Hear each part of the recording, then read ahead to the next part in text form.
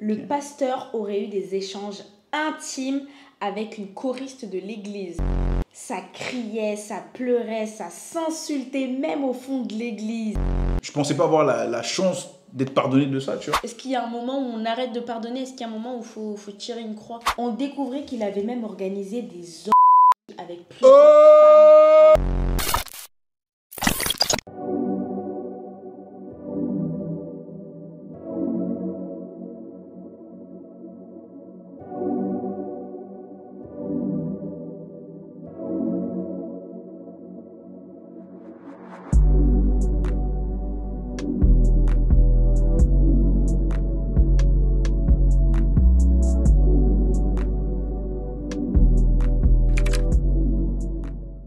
Hello people of God, on espère que tout le monde va bien et que tout se passe au mieux possible pour vous. Alors aujourd'hui on se retrouve pour une nouvelle vidéo avec notre concept Il était une fois, basée sur vos histoires, vos témoignages, afin d'en édifier plus d'un. Juste avant de continuer ta vidéo, n'hésite pas toi aussi à nous envoyer ton témoignage, ton histoire, et on se fera un plaisir de la réécrire, non pas pour la modifier, mais pour améliorer la qualité de lecture. Bon visionnage. Alors là, Doudou, l'histoire qu'on a reçue, c'est une femme qui nous a envoyé ça sur Insta. Ça, c'est le genre de choses qu'on entend parler sur les réseaux sociaux, mais genre vu que c'est un témoignage qu'on nous a envoyé de quelqu'un qui l'a vécu. Ouais, c'est chaud. Ouais.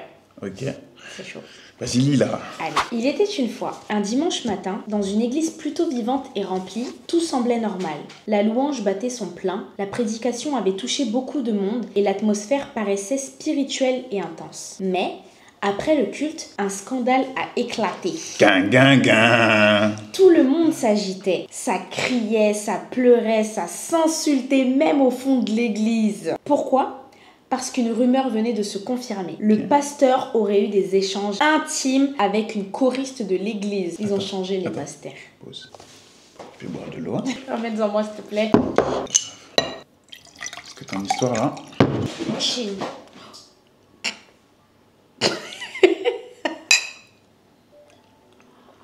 Pasteur, relation avec choriste quoi. C'est ça. Pas une seule fois, mais à plusieurs reprises. Des messages compromettants avaient circulé et le dimanche suivant, c'était devenu public. Public sur les réseaux?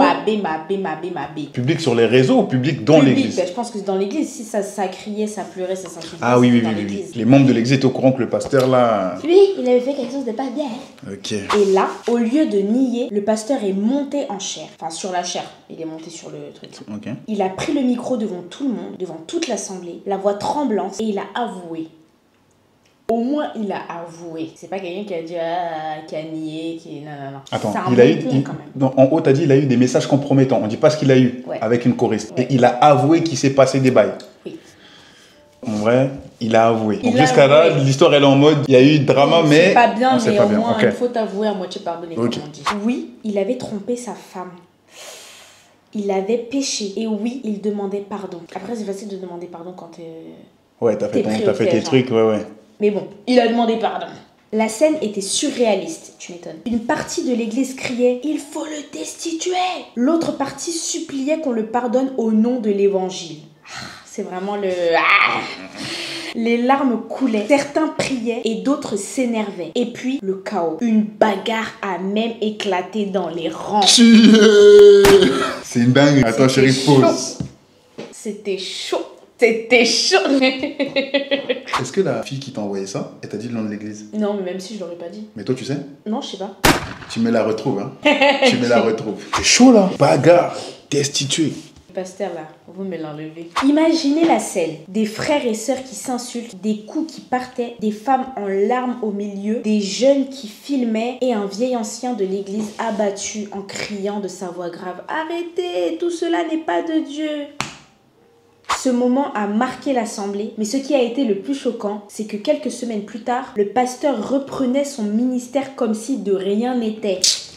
Il prêchait, souriait et l'église semblait avoir accepté de nouveau. Beaucoup trouvaient cela normal, d'autres étaient troublés. Tu m'étonnes. Au nom de l'évangile. Au nom de Jésus Père Noël. Mais l'histoire ne s'est pas arrêtée là. Quelques mois plus tard, une nouvelle vérité a éclaté. Le pasteur n'avait pas arrêté. Il continuait toujours ses activités dans d'autres assemblées. C'est chaud. On découvrait qu'il avait même organisé des hommes avec plusieurs femmes en même temps. Steph. Tiens, bois. Il est où ton verre? Bois de l'eau. Il n'y a pas de l'eau. On continue? L'histoire, elle est intense. Je pense. Et comme ce pasteur avait des églises en France, mais aussi en Afrique, la nouvelle s'est répandue comme une traînée de poudre. Très vite, des femmes ont commencé à témoigner. Certaines ont raconté qu'elles avaient eu des relations sexuelles avec lui. C'est toujours comme ça. Sous la menace spirituelle.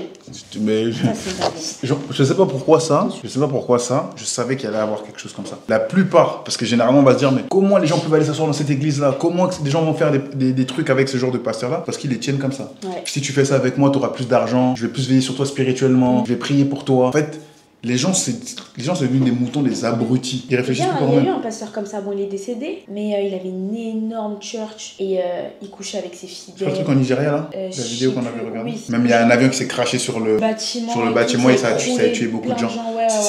C'est fréquent. Ouais. Mais là, c'est chaud. En fait, dans ces trucs-là, il suffit juste que... Attends, pause. Il suffit juste qu'une femme parle. Dès qu'une parle, les autres vont parler. Restez pas silencieux quand il y a ce genre de trucs dans les églises. Il faut avoir le courage de parler. Les pasteurs sont pas des méga gourous. À partir du moment où ils font des choses que Dieu ne tolère pas, il n'y a aucun truc qui peut vous imposer, même spirituellement. Il leur faisait croire que Dieu allait les récompenser si elles cédaient. J'ai dit quoi? Qu'est-ce que j'ai dit? Je les connais. Je les connais, ces gens-là. Il utilisait son statut, son autorité pour manipuler et soumettre des fidèles. La vérité, cette fois-ci, a éclaté au grand jour. Dieu merci. Et à ce jour, nous avons quitté cette assemblée depuis bien longtemps. Amen. Nous ne savons même pas si ce pasteur continue à exercer, mais une chose est sûre, cette histoire restera gravée dans nos mémoires. Les questions que cette personne nous a posées, est-ce que pardonner signifie forcément laisser quelqu'un continuer à prêcher? Alors, déjà l'histoire que la sœur nous envoie est une histoire terrible, c'est chaud, et ça, c'est fréquent dans beaucoup d'assemblées, mais beaucoup d'assemblées, on se rend même pas compte. Là, c'est juste une sœur, mais il y a beaucoup qui sont dans le silence encore, et j'espère que tous ces pasteurs-là seront mis à nu, en tout cas. Amen. Bah, du coup, je pense qu'une personne qui demande pardon, il faut lui pardonner. Parce que le pardon, c'est quelque chose de biblique, c'est quelque chose qui fait du bien, non seulement à la personne, mais aussi aux personnes qui ont été outragées, qui ont été touchées, tu vois. Ça libère en fait. Maintenant, dans le cadre du ministère de l'Église, est-ce que le pasteur doit continuer après de telles fautes à prêcher le dimanche d'après? Je trouve que c'est gros, déjà. Normalement, dans l'église du Seigneur, en plus, il y a un moment, elle a parlé d'un ancien. Il y a un ancien dans l'église qui a dit tout ça, c'est pas de Dieu, etc. Normalement, les anciens, dans l'église, les diacres, etc., quand le pasteur fait ce genre de choses-là, ils sont censés d'abord faire une réunion, l'asseoir. Les anciens vont dire Basta. Reste tranquille, reste calme, c'est pas encore le moment. Il faut un temps pas de réhabilitation, parce qu'en fait, le savoir qu'il a et les connaissances qu'il a en tant que pasteur, si c'est un vrai pasteur, bah ça va pas changer parce qu'il a fait des mauvaises choses. Par contre, ça peut être remis en cause, en question, par rapport aux actes aussi grands qu'il a fait, tu vois. Pour faire simple, en fait, il doit s'asseoir. Il doit pas repartir comme ça, prêcher devant tout le monde dimanche, donc parce que tu as demandé pardon devant tout le monde, là, genre, ça y est, table rase du truc. En fait, on a dit, voilà, c'est bon. Comme on dit. L'apôtre Paul aimait souvent dire, je fais quelque chose spirituel, mais je le fais avec intelligence. Je mettrai le verset en bas parce que j'ai pas le verset en tête. Ça veut dire quoi? Ça veut dire autant pour nous les fidèles que le pasteur, qui sont là quand on juge quelque chose ou qu'on voit quelque chose. On doit pardonner parce que le pardon est spirituel et que c'est quelque chose que Dieu a instauré. Mais l'intelligence doit dire que non, restons lucides. Tu viens de faire quelque chose qui est grave, un temps soit peu, calme-toi, assis-toi et on verra. Regarde, la preuve en est. On a laissé faire quelqu'un, on est reparti lui donner des sourires comme si de rien n'était. 3 mois plus tard, il allait faire des autres. Et puis, j'aimerais soulever 2 points, parce que je pense que c'est comme un enfant. Même toi, des fois, tu me le dis avec Shaylee. Si tu la punis pas ou tu lui dis pas que cette chose-là est mal, et ben elle va le continuer, tu vois. Et si par exemple, si je lui dis, elle va faire une bêtise et que je la gronde, et que juste après, je lui dis, bon, viens me faire un bisou, elle va pas forcément comprendre que là, ce qu'elle a fait, c'est pas bien. Et c'est exactement ce qui s'est passé. Il a fait quelque chose de mal, on l'a réprimandé le jour J, mais le dimanche d'après, il était là, quoi. Enfin, tu vois, il a pas eu cette pression-là que l'Assemblée aurait pu ou dû lui mettre pour le faire réfléchir, quoi, tu vois. Ah oui, concernant l'Assemblée, il me semble qu'il y a un verset, tu me diras si je me trompe, il me semble qu'il y a un verset où les apôtres qui avaient choisi un nouvel apôtre. C'est bon, j'ai trouvé le verset. Depuis le moment où Jean l'a baptisé jusqu'au jour où il a été arrêté, enlevé du milieu de nous. Un témoin de sa résurrection. Acte 15, verset 21. J'ai pas du tout la même chose. Tu es sûr que c'est le même livre? Acte 1, verset 15. Acte 1 à partir du verset 15 jusqu'à 27, mais je vous conseille de prendre à partir du verset 21. Pour vous mettre dans le contexte, Judas avait trahi les apôtres et il a vendu Jésus pour une maudite somme pièce d'argent et Jésus s'est retrouvé à la croix. Histoire simple. Donc après ça, les apôtres, donc il en restait 11, ont dû choisir un 12e apôtre. Il faut donc que parmi ceux qui nous ont accompagnés tout le temps que le Seigneur Jésus a vécu avec nous, depuis le baptême de Jean jusqu'au jour où il a été enlevé du milieu de nous, il y en ait un qui nous soit associé comme témoin de sa résurrection. En gros, comme on l'a dit, le Seigneur Jésus-Christ est mort, ils ne pouvaient pas choisir n'importe qui les apôtres, donc ils ont dû choisir quelqu'un qui faisait partie un peu de la troupe de ceux qui suivaient Jésus et qui était témoin de toutes ces choses. Ils en présentèrent deux, donc les deux qu'il fallait choisir. Joseph appelé Barsabas, surnommé Justus, et Matthias. Puis ils firent cette prière. Seigneur, toi qui connais les cœurs de tous, désigne lequel de ces deux tu as choisi, afin qu'il ait part à ce ministère et à cet apostolat que Judas a abandonné pour aller en son lieu. Ça pour dire que je pense que l'Assemblée aurait pu aussi faire comme eux, prier pour savoir quel en était le sort de ce pasteur-là, tu vois. Parce qu'il n'y a pas eu de vote, de truc, ou tu vois ce que je veux dire, de réunion avec l'Assemblée en fait. Réel. Ça a été fait sans le consentement de l'Assemblée, puisque du coup, tu vois qu'il y a des personnes qui sont contre et d'autres qui sont pour. Et le dimanche suivant, il y a du coup des personnes qui étaient contre, qui sont quand même venues espérant ne pas le voir et voir quelqu'un d'autre prêcher. Finalement, il y a... Non, enfin, je veux dire, tu vois, il n'y a pas eu de... Non, c'est vrai. Personne s'est concerté, tu vois. Tu fais de la réaction de l'Assemblée déjà, ça voulait alerter, en tout cas les autorités de l'Église à se dire, faut un peu ralentir, faut un peu doser. Mais bon, comme ce que j'allais dire pour rebondir là-dessus, c'est qu'aujourd'hui, dans les assemblées là, c'est des dictateurs en vrai. C'est le pasteur qui décide, le pasteur emporte sa valise, c'est le pasteur, tu vois. Là, j'ai même vu, on m'a fait une vidéo réaction, petite parenthèse, il y a un pasteur qui était assis là, j'ai vu une vidéo, il dit, je suis le secrétaire du ministère de Dieu. Comment tu peux te lever dans l'assemblée? Parce qu'en gros, il est en train de prêcher, je crois, et il y a une personne qui se lève dans l'assemblée pour sortir. Tu sors, tu vas où? Et t'es qui toi? Et même bibliquement, la parole dit, je ne sais pas si c'était le cas parce que j'ai vu que le bout de la vidéo, la parole dit que si une personne ou une personne dans l'assemblée, il prêche quelque chose qui est contraire à la parole de Dieu avec lequel tu n'es pas en accord, te lèves, tu essuies la poussière de tes pieds et tu t'en vas. Tu sors de cette maison. Toi, t'es qui pour dire que je suis l'autorité de Dieu? Si tu sors, tu vas voir ce qui va t'arriver. Bref.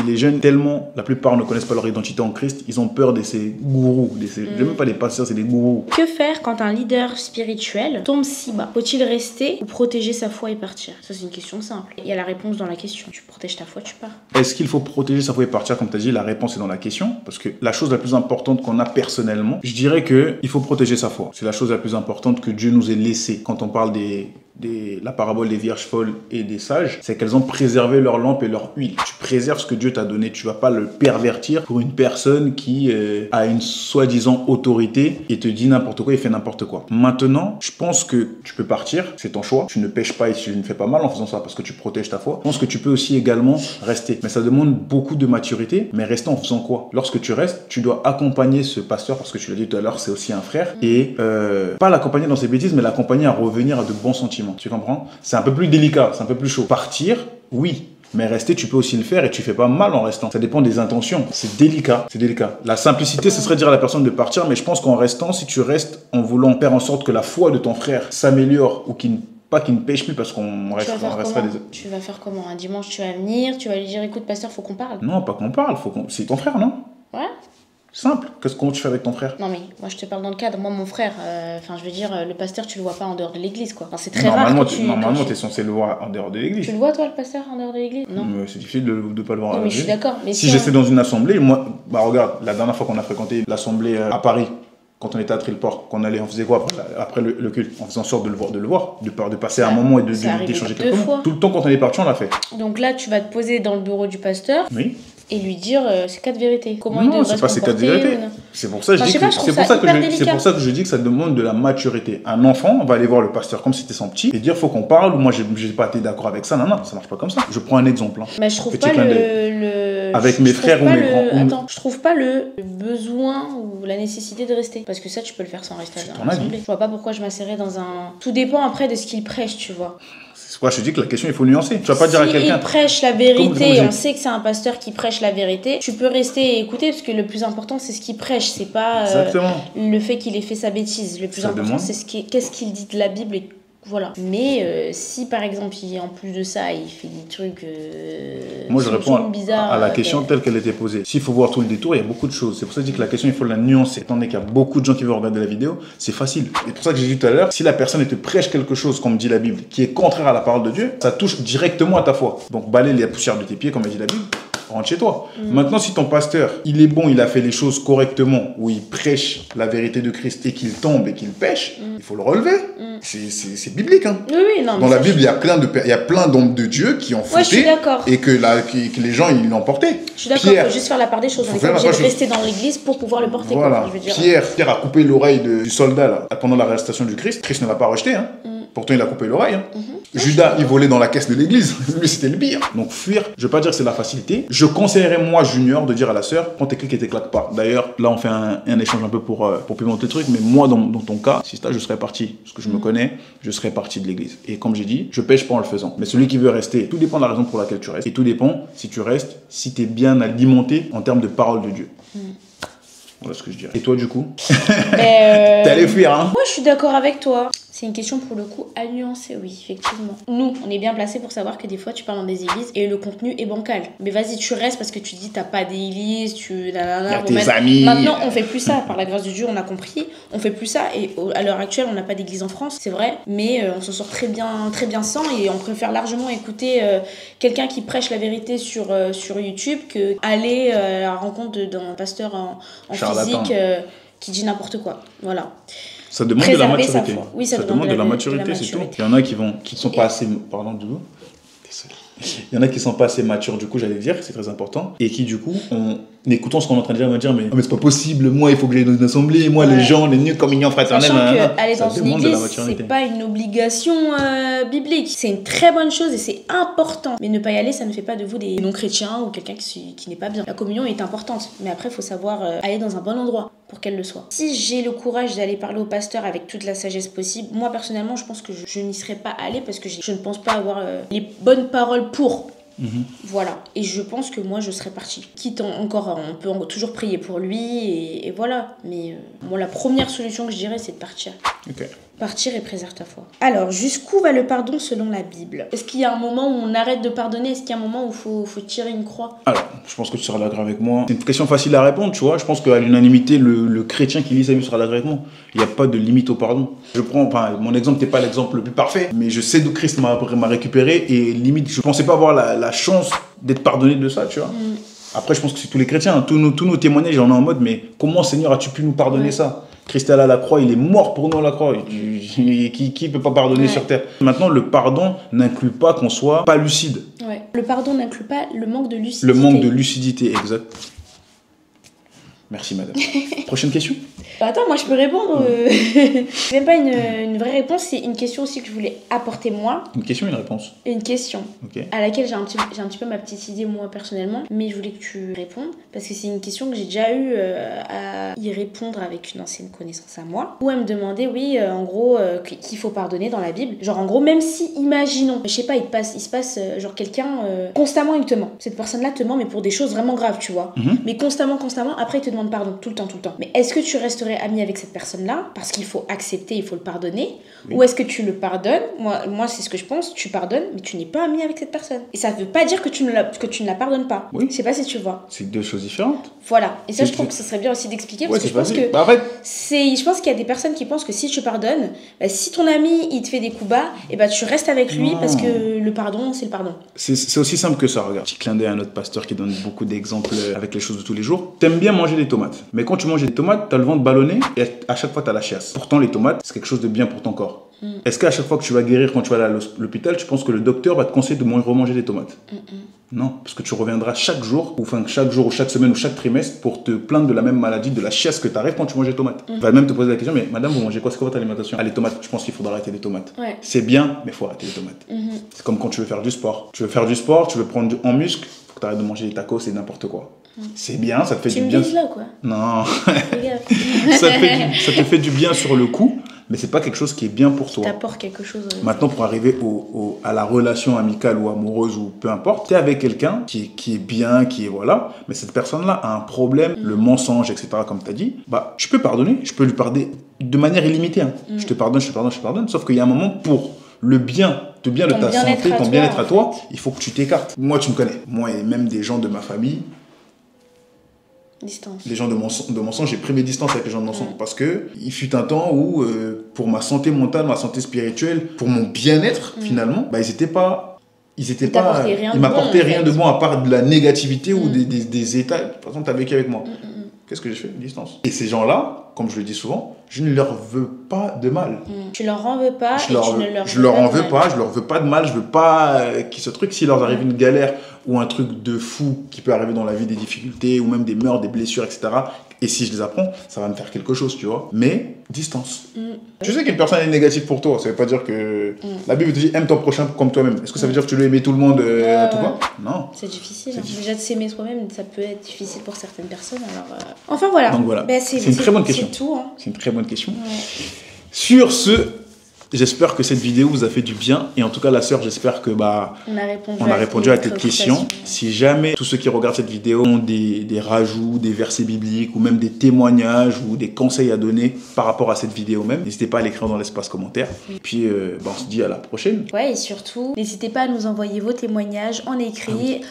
Comme je vous l'ai dit précédemment, on réécrit vos histoires. Alors, on les modifie pas, on les réécrit juste histoire que ce soit beaucoup plus attrayant et beaucoup plus accrochant quand on les lit. Donc voilà, mais sinon l'histoire reste la même, quoi. Donc voilà, n'hésitez pas à nous écrire sur Instagram, envoyez-nous vos témoignages. On parle de tout, pas forcément centré sur l'église, les pasteurs comme on l'a écouté aujourd'hui, mais vraiment vous pouvez tout nous raconter et nous on fera toujours en sorte de le rapporter avec la Bible, parce qu'en soi la Bible, il y a quasi toutes les histoires dedans. Il y a toujours une petite référence par-ci par-là. Voilà. On espère que vous avez passé un très beau moment avec nous. On se retrouve très prochainement pour une prochaine... On fait plus de promesses, hein, ça y est. La semaine prochaine, on va travailler maintenant.